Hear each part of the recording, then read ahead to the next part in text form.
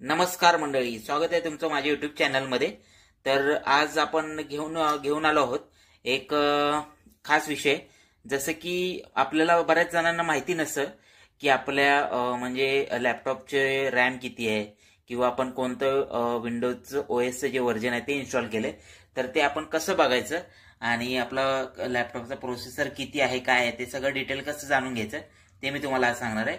चला तर मग सुरू करूया आजच्या व्हिडिओला। प्रथम आपल्याला काय करायचंय, आपल्या लॅपटॉपवरती किंवा सिस्टमवरती बघा दिस पीसी म्हणून हा ऑप्शन आहे बघा, याच्यावरती ना राईट क्लिक करायचं।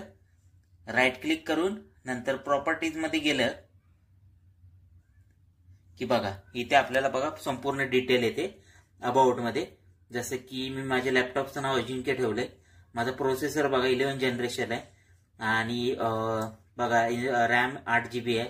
त्याच्यानंतर प्रोडक्ट आयडी, डिव्हाइस आयडी, त्याच्यानंतर 64 बिट आहे की 32 बिट आहे, ऑपरेटिंग सिस्टम सगळं याच्यामध्ये दिसून येतं आपल्याला।